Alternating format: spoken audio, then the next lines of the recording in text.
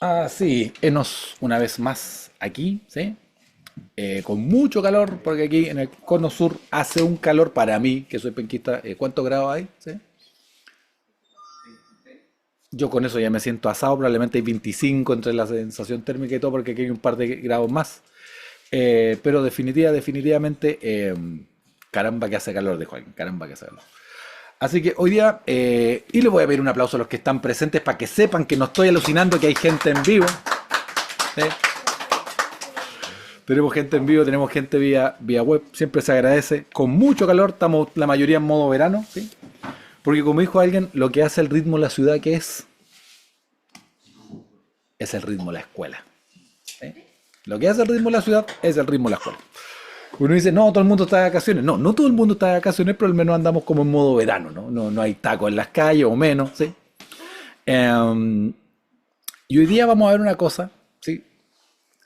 Que tiene que ver con la salud pública, tiene que ver con Juan Gabriel, y alguien diría, ¿qué tiene que ver con Juan Gabriel? Tiene que ver con el Juanga, ¿sí? Con el Juanga. Que muchos dijeron que iba a resucitar, no sé qué habrán hecho eso, ¿no? Y también tiene que ver con, y esto va con mucho amor para personas que, como habíamos comentado antes, sienten que quizás su vida está un poquito, no sé, que todo nos podría pasar, estancada, ¿sí? O que de repente hay cosas que no salen tan bien, ¿sí? Y como dice un autor, a veces la vida no está mal, pero está estancada. Y eso es fome para nosotros los humanos, ¿sí? Así que vamos a ir a una historia, ¿sí? Que pasa en el siglo XIX. Y voy a contar esta historia y voy a contar lo que no pasó. O sea, en algún universo alternativo hubo una chica que probablemente, no probablemente, nació en una familia aristocrática inglesa, ¿sí?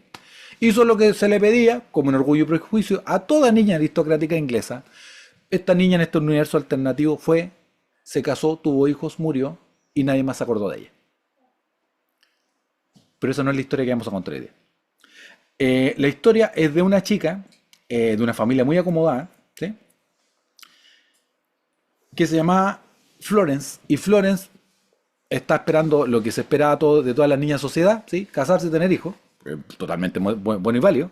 Pero ella siente una llamada divina, ¿sí? Y justo Inglaterra, que estaba en guerra, eran buenos los ingleses para tener guerra, siempre han sido buenos para eso. Están en guerra con Turquía, ¿sí? Para los que les gustan las novelas turcas, está en guerra con Turquía.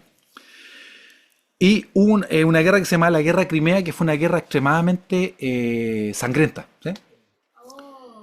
Muy sangrienta. Y esta chica, siendo de una familia muy acomodada, va y se hace enfermera. Pero en ese tiempo la enfermería ni siquiera le daba para oficio. O sea, la enfermería era casi ser un cuidador. No era mucho más, ¿sí? Y ella se va a esta guerra. La gente, ella cuando llega, ve que la gente agonizaba, las condiciones de salud eran pero impresentables. Y esta chica se llama Florence, pero su apellido es Nightingale, ¿sí? Y Florence Nightingale es la que pasaba todas las noches con una lamparita, viendo quién estaba enfermo, quién no, quién estaba agonizando, quién no. Y si a alguien le suena, Florence Nightingale es la madre de la enfermería moderna. Ella, saliéndose de lo que la sociedad esperaba de ella, que era en el fondo ir, sonreír, bordar, tener hijos y morirse, eso es lo que esperaba la sociedad de ese tiempo. Concretamente ella fue la que redefinió lo que es la enfermería hasta el día de hoy, para hacerlo una carrera universitaria. En algunos países es como un grado técnico, ¿sí? Innovó, hizo sistemas de sanitización, bajó la tasa de mortalidad de 42% a un 2%, ¿sí? Porque los médicos de guerra eran varias cosas, pero no eran amorosos y menos muy higiénicos. Entonces había mucha contaminación intrahospitalaria. Y como si fuera poco, innovó tanto que por su liderazgo hizo que la primera escuela del mundo en enfermería, que la sistematizó, la hizo algo más formal, más serio, lo hizo en el hospital de Saint Thomas en Londres, ¿sí? Y por eso muchas enfermeras ocupan una cadenita con una lámpara. Y por eso la investidura en enfermería es que les pasan una vela o una lamparita, ¿sí? En la investidura van y prenden una llama por Florence, ¿sí? Incluso la otra vez fui al hospital público, que es el hospital más grande de Chile, que es el hospital clínico Guillermo Gran Benavente, y había como se dice, una gigantografía recordando el mes de la enfermería y recordando a Florence, ¿sí?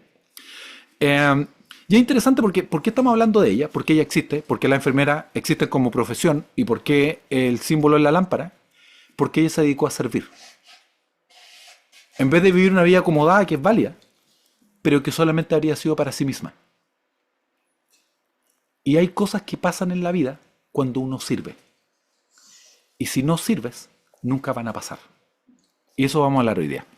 El verso de la Escritura es Primera de Reyes 18:5, ¿sí? Es la historia de el profeta Elías con una viuda. Este es un verso que es muy conocido, un verso como se dice que es uno de los clásicos, pero este verso también tiene un componente que no es menor, que es el siguiente, ¿sí? Todas las cosas pasan en contextos y los contextos son importantes, ¿sí? Los contextos son importantes. Entonces, ¿por qué es importante el contexto? Porque estaban en una sequía, ¿sí? Bueno, y para todos los que estamos viviendo ahora el mundo actualmente, ya no estamos hablando en algunos lugares de sequía, estamos hablando de desertificación, ¿sí? Con el cambio climático y todo, que chiquillos, hay un cambio climático, no permitan que le digan lo contrario, evidentemente eso genera cambios y también genera, sobre todo en la antigüedad, generaba escasez. O sea, si ya el terreno era desértico, una sequía significaba que no había que comer. ¿Alguien quiere saber lo que es desértico y no tener que comer? Ya lo hemos citado antes. Vea la película Duna, ¿sí? Donde sale que reutilizan todos los fluidos porque no hay agua, ¿sí? Entonces, en ese contexto, hay una sequía. El profeta dice que no va a haber lluvia, por otras razones que veremos en otro capítulo. Y pasa que Dios le habla al profeta y le dice que Dios lo va a sustentar con una viuda. Eso ya es llamativo porque en la antigüedad, ¿cómo eran las viudas? Desamparadas. Las viudas están al borde de la sociedad, ¿sí? Por eso la Biblia siempre habla de la viuda, el huérfano y el extranjero. La viuda no tenía un esposo que la cuidara y sustentara, ¿sí? El huérfano no tenía padre y el extranjero no tenía un clan, no tenía una tribu que lo protegiera, ¿sí? Interesante eso, que la Biblia reconoce la vulnerabilidad personal, ¿sí? Y comunitaria. No dice que todos somos iguales a nivel de eso, ¿sí? Y algún día vamos a hablar del enfoque de vulnerabilidad que es bien útil. ¿Por qué un punto interesante? Porque va Dios al profeta, le dice en el verso 10 que le pida, hay una viuda que lo va a sustentar, y va en el verso 10 y este hombre va, y a una viuda, o sea que ya no tiene mucho, le pide un vaso de agua, la mujer accede, y más encima sube la apuesta, y no solamente le pide un vaso de agua, le pide que le traiga un pan, ¿sí? Entonces va la mujer y le dice, oiga, ¿sabe qué? Con mucho respeto, porque es una situación extrema, ¿sí? Va y le dice, mira, yo lo que estoy haciendo es que estoy buscando un par de leña para cocinar un pan para mi hijo y para mí, y para dejarnos morir, dice el texto. O sea, es una teleserie esta cuestión, o sea, es una cosa extrema. No es solamente que va a comer, es que se van a dejar morir, porque ya no hay nada más, ¿eh? Por eso uno, cuando ve las películas en el desierto de sobrevivencia, sale que comen lagartijas, comen lo que pillan, porque no hay mucho, ¿sí? Entonces va el profeta y le dice, tranquila, ¿sí? Con lo que tiene, cocina, pero le pide una cosa, le dice, pero el primer pan, házmelo a mí. Podría sonar egoísta, podría sonar incluso, como se dice, malo, opresor, dirían algunos. Pero es porque pasa algo y porque Dios tiene un plan para eso. Entonces va y esta mujer, por alguna extraña razón, obedece. Pareciera ser que en los momentos más importantes de la vida uno obedece como por intuición, como que no sabe por qué lo hace, solo sabe que tiene que hacerlo, ¿sí? Son esos momentos donde uno dice, ¿y por qué estoy haciendo esto? Pero lo hace. Como en el amor, ¿sí? Todo acto de amor, dijo alguien, es un acto de locura. Están en eso y pasa lo siguiente, pasa que la mujer le hace el pan a este profeta y él le dice que se quede tranquila porque no le va a faltar. Y eso es lo que ocurre. Y en el verso 13 lo primero que le dice, no temas. ¿Por qué? Porque los humanos somos buenos para tener miedo. Hermano, no sé si ustedes saben que como ideas de negocios, el miedo y el temor es una excelente idea para tener negocios. Todo lo que es seguridad, reja, ¿en qué se basa? En el miedo. Que algunos hablan de que hay como 5 o 7 ejes para hacer negocios, ¿no? Está la vanidad, está lamentablemente la lujuria, ¿cachai? Siempre un buen negocio, lamentablemente. Y uno de los negocios es también el tema del miedo, la seguridad. Le dice que no tema, ¿sí? Y dice en el verso 15 que ella comió muchos días, o sea, no se le acabó. Pasa algo, dice el texto, que es milagroso, ¿sí? Pero la historia no termina ahí, porque como una historia novelesca, en el verso 15, o sea, más adelante, pasado el verso 15, pasa que el profeta, esta viuda lo sustentaba constantemente, ¿sí? Y después pasa que su hijo muere. El hijo se muere. Y ella va y le dice, oye, pero ¿qué onda? O sea, al final no salvaste la vida, ¿para qué? ¿Para verlo morir un poco después? Y el profeta va y hace todo un procedimiento y el muchacho vuelve a la vida. ¿Para qué les cuento esta historia?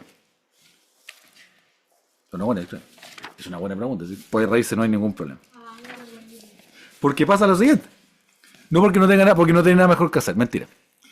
Lo que pasa es que, al igual que en la historia de Florence, hay cosas en la vida que solo van a ocurrir cuando sirvas a los demás. Y no antes, y sí después. Y quizá pasa que hay mucha gente que tiene problemas en su vida porque no sirve a nadie.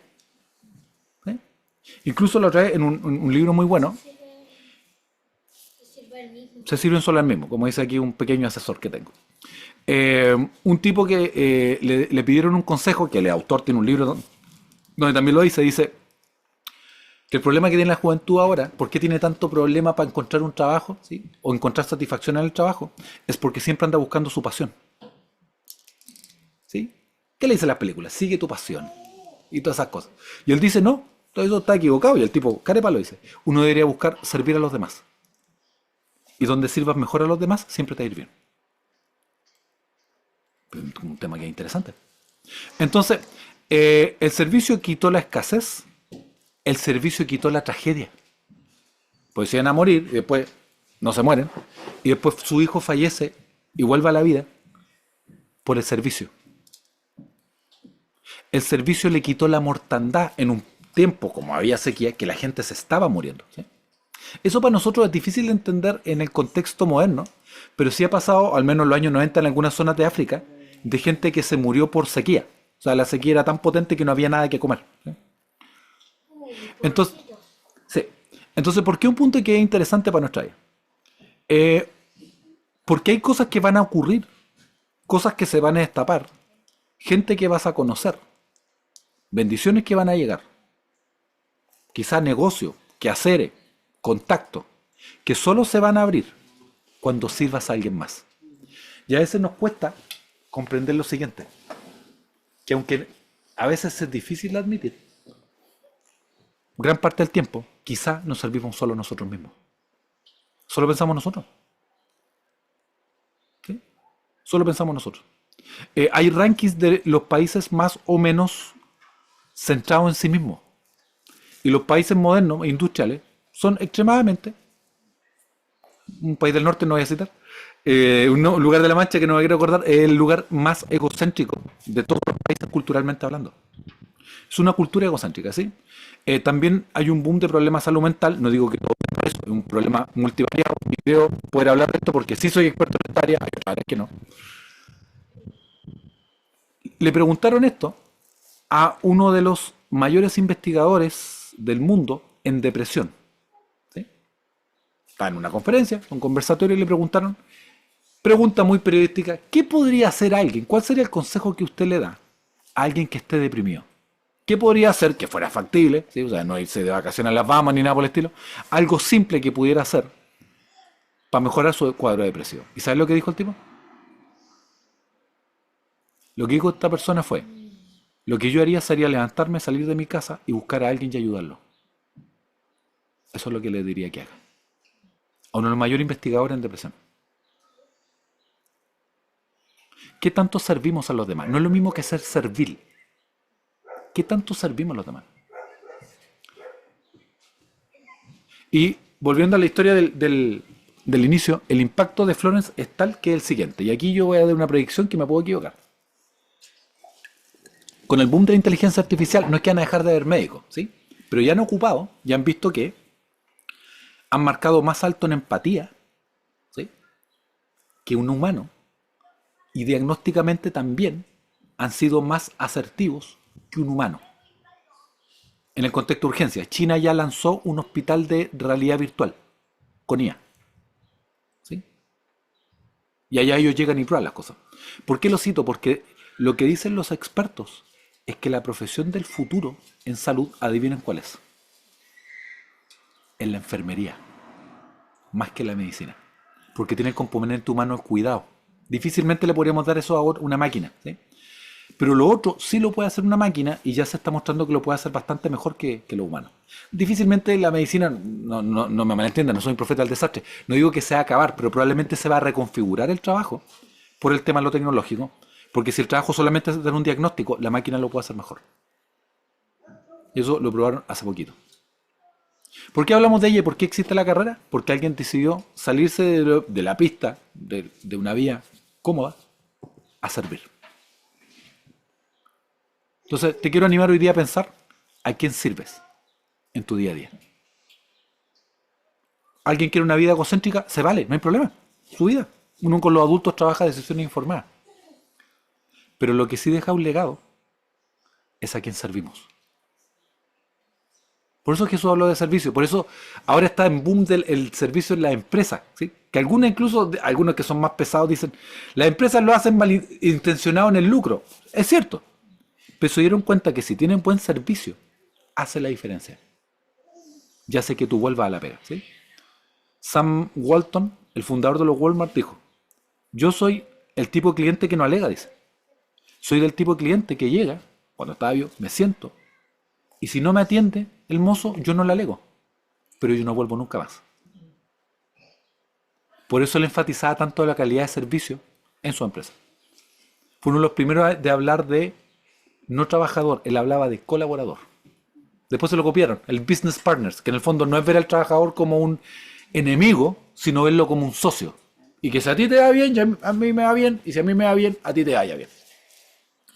Así que la gran pregunta es, ¿a quién sirves hoy día? Quizás a nadie, y se vale, ¿sí? Así que, para ir redondeando y agradeciéndole su tiempo, ¿sí? Agradecerle que dentro de todo, tanto en 3D, en persona o digitalmente ocupen y se separen de su tiempo para esto, pensar a quién estás sirviendo. Porque hay cosas en tu vida que van a pasar, hay problemas que se van a acabar, hay aventuras que van a llegar cuando comencemos a servir. ¿Cuántos voluntariados hay disponibles que no tienen gente? ¿Cuántas personas tienen el espacio y no lo hacen? ¿Sí? Y con esto ir redondeando, ¿sí? Estuve en Santiago hace una par de semanas atrás. Me tocó dar un tema, yo no lo pensaba, fui como de parche, para parchar a un amigo ahí que estaba muy cansado. Y hablé del tema de que la vida no se acaba cuando cumple 60 años o 65 años. Que eso era por el sistema industrial que hizo la jubilación. No estoy hablando del tema de previsión, no me malentiendan. Pero que la vida no se acaba ahí, menos ahora. Yo termino de hablar eso. Y se me acercó mucha gente mayor. A mí no me pasaba mucho eso. Siempre mi fuerte eran los jóvenes. Entonces muchos me dieron gracias porque concretamente había un matrimonio que había elegido ser familia de acogida. Y había otros que recién se estaban jubilando. Y que les llegó mucho saber que la pregunta es, ¿quién les dijo que no podían servir porque cumplieron una edad? Quien lo eligió fue el sistema. Porque en ese tiempo la vida activa se acababa ahí. Pero ahora la vida tiene mucho, mucho más tiempo. Y yo les animo a que no dejen de soñar y no dejen de servir. Queridos, esto ha sido otro capítulo. Agradecerles su tiempo y será hasta la próxima. Y un aplauso de la concurrencia para que se sepa que no estoy alucinando, que estoy viendo gente. Gracias y será hasta la próxima. Que Dios los bendiga.